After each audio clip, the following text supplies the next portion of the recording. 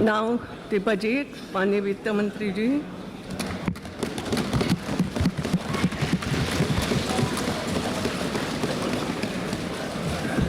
Madam Speaker, I rise to present the budget for the year 2018-19. Madam, 4 years ago, we pledged to the people of India to give to this nation an honest, clean and transparent government.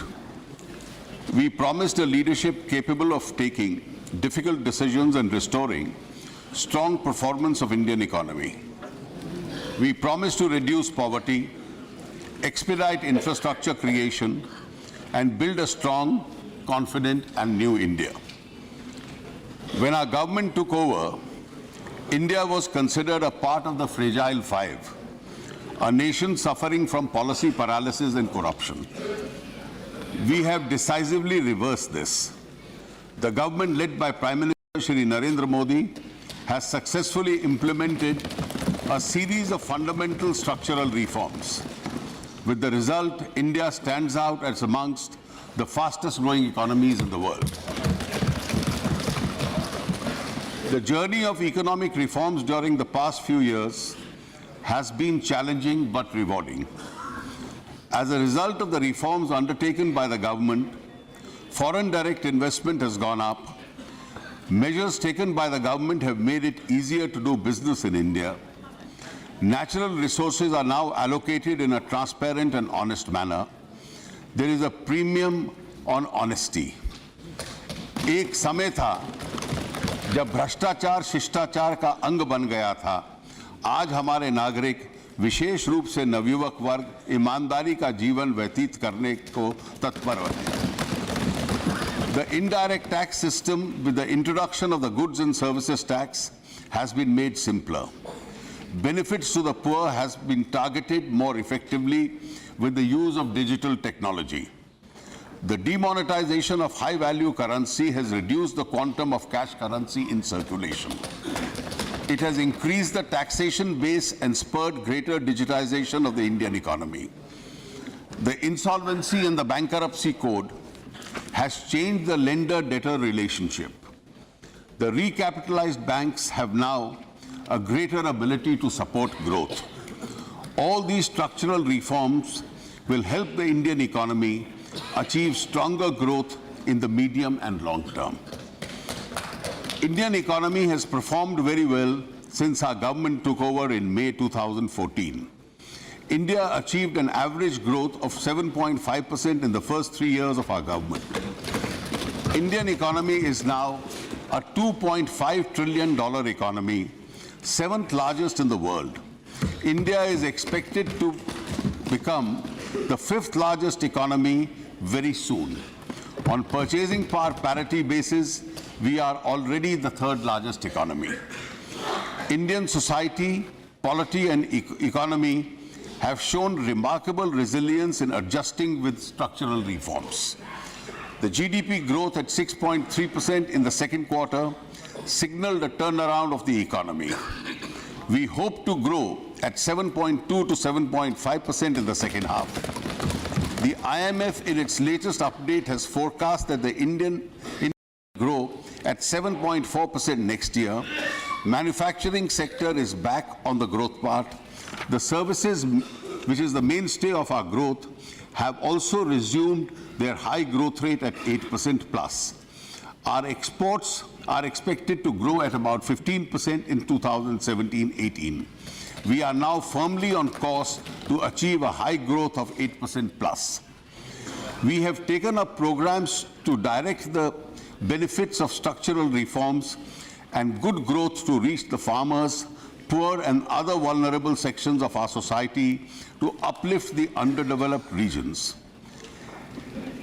This year's budget will consolidate these gains and particularly focus on strengthening agriculture and rural economy, provision for good health to economically less privileged, taking care of senior citizens, infrastructure creation, and working with the states to provide more resources for improving the quality of education in the country.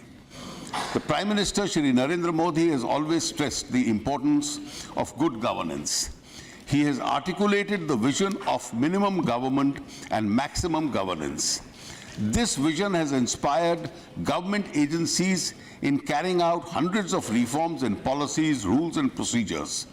This transformation is reflected in the improvement of India's ranking by 42 places in the last 3 years in the World Bank's Ease of Doing Business, with India breaking into the top 100 for the first time. I would like to congratulate all those who worked to achieve this. हमारी सरकार अब ease of doing business से आगे बढ़कर देश के जन सामान्य, विशेषकर गरीब और मध्यम वर्ग की जिंदगी को आसान बनाने के लिए उनकी ईज ऑफ लिविंग पे जोर दे रही है। गुड गवर्नेंस का आधार भी यही है कि देश के आम नागरिक के जीवन में सरकारी दखल कम से कम हो। उज्ज्वला योजना के माध्यम से सरकार देश के करोड़ों गरीबों को मुफ्त गैस कनेक्शन दे रही है।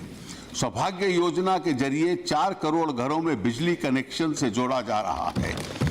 3000 से ज्यादा जन औषधि केंद्र में 800 से ज्यादा दवाइयां कम कीमत पर बेची जा रही हैं। स्टेंट की कीमत नियंत्रित की जा गई है।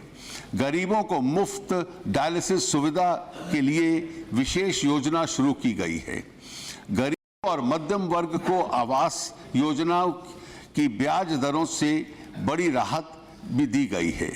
सरकारी सेवाएं चाहे बस ट्रेन का टिकट हो या कई तरह के प्रमाण पत्र सभी ऑनलाइन उपलब्ध करने का प्रयास किया जा रहा है। 2 से 3 दिन के भीतर घर पे आ जाने वाला पासपोर्ट हो या 1 दिन में रजिस्टर होने वाली कंपनी, इससे देश के बड़े वर्ग को लाभ पहुंचा है। सर्टिफिकेट अटेस्टेड कराना की बाध्यता खत्म करना और ग्रुप सी व डी की नौकरियों में इंटरव्यू खत्म करना के लिए न जाने लाखों नौजवानों के समय और पैसे की बचत हुई है।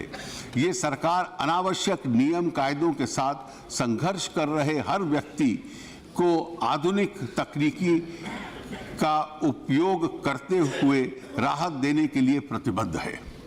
Madam, while undertaking these reforms and programs, we have worked sincerely and without weighing the political cost.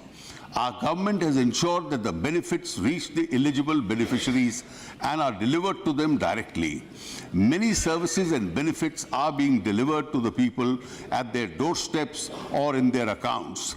It has reduced corruption and the cost of delivery and has eliminated the middlemen in the process.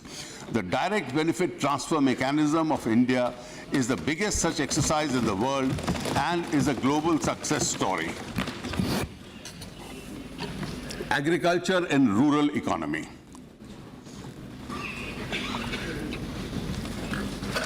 My government is committed to the welfare of the farmers. For decades, the country's agricultural policy and programs has remained production-centric. We had sought to effect a paradigm shift. The Honorable Prime Minister gave a clarion call to double the farmers' income by 2022 when India celebrates its 75th year of independence. Our emphasis is on generating higher incomes for farmers. We consider agriculture as an enterprise and want to help the farmers to produce more from the same land parcel at lesser cost and simultaneously realize higher prices for their produce. Our emphasis is also on generating productive and gainful on-farm and non-farm employment for farmers and the landless families.